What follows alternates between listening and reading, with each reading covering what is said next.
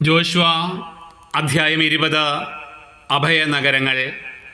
കർത്താവ് ജോഷുവയോട് അരുളി ചെയ്തു, ഇസ്രായേൽ ജനത്തോട് പറയുക, ഞാൻ മോശയോട് കൽപ്പിച്ചതുപോലെ സങ്കേത നഗരങ്ങൾ നിർമ്മിക്കുവിൻ. ആരെങ്കിലും അബദ്ധവശാൽ ആരെയെങ്കിലും കൊല്ലാൻ ഇടയായാൽ അവന് അഭയം തേടാൻ വേണ്ടിയാണിത്. രക്തത്തിന് പ്രതികാരം ചെയ്യുന്നവനിൽ നിന്ന് രക്ഷപ്പെടാനുള്ള സങ്കേതമായിരിക്കും അവ.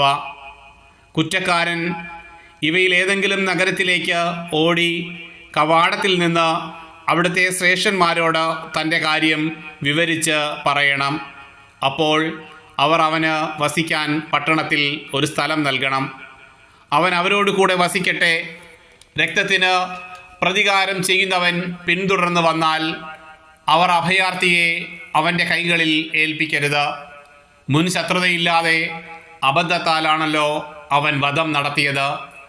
പ്രധാന പുരോഹിതൻ മരിക്കുന്നതുവരെയോ താൻ സമൂഹ സമക്ഷം വിധിക്കപ്പെടുന്നതുവരെയോ അവൻ ആ പട്ടണത്തിൽ താമസിക്കട്ടെ. അതിനുശേഷം അവൻ സ്വന്തം പട്ടണത്തിലേക്കും സ്വന്തം ഭവനത്തിലേക്കും തിരിച്ചു പോകട്ടെ. നഫ്താലിയുടെ മലമ്പ്രദേശത്തുള്ള ഗലീലയിലെ കേദേശ്, എഫ്രായിം മലമ്പ്രദേശത്തുള്ള ഷെക്കേം, യൂദായിലെ മലമ്പ്രദേശത്തുള്ള കിരിയാത്ത് അർബ, ഹെബ്രോൺ എന്നീ പട്ടണങ്ങൾ അവർ അഭയനഗരങ്ങളാക്കി. ജെറീക്കോയ്ക്ക് കിഴക്ക് ജോർദാന് മറുകരയിൽ റൂബൻ ഗോത്രക്കാർക്ക് അവകാശമായി ലഭിച്ച സമതലത്തിലെ ബേസറും ഗാദ് ഗോത്രക്കാർക്ക് ലഭിച്ച ഗിലെയാദിലെ റാമോത്തും മനാസെ ഗോത്രത്തിൻ്റെ അവകാശമായ ബാഷാനിലെ ഗോലാനും അവർ തിരഞ്ഞെടുത്തു.